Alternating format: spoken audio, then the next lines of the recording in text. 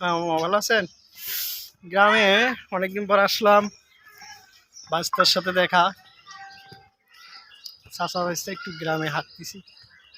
আসলে গ্রামের পরিবেশটাই অন্যরকম। শহরের কোলাহলের মধ্যে থেকে জীবনটা কেমন যেন বন্ধ বন্ধ লাগে।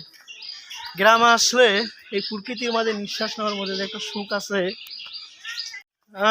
এই পরিবেশে গ্রামের অলিগলিতে ঘোরা অনেকটা সুন্দর। আসলে গ্রামে যারা থাকে তারা এই জিনিসটা একমাত্র বুঝতে পারে। বাঁচতে আমরা কোথায় যাচ্ছি? এই যে জমি ক্ষেত দেখতে, জমি ক্ষেত দেখার জন্য যাচ্ছি।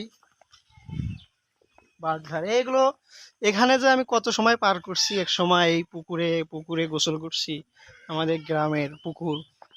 এখানে যে কত শত স্মৃতি আছে, ছোটবেলায় কত গোসল করেছি আমরা, বন্ধু বান্ধব দল মিলে। যে সময় স্কুলে পড়তাম সে সময় দুপুরবেলা আমরা আসলে এসে এই পুকুরে ঝাঁপ দিয়ে নেমে পড়তাম।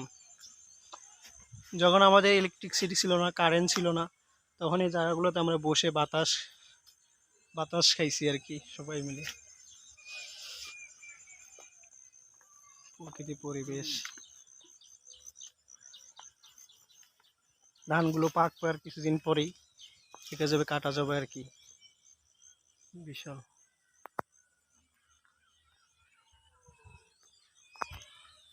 বন্ধ জীবন থেকে আলে যেন নিঃশ্বাসটা প্রাণ খুলে নিতে পারি এই গ্রামীণ জীবনে।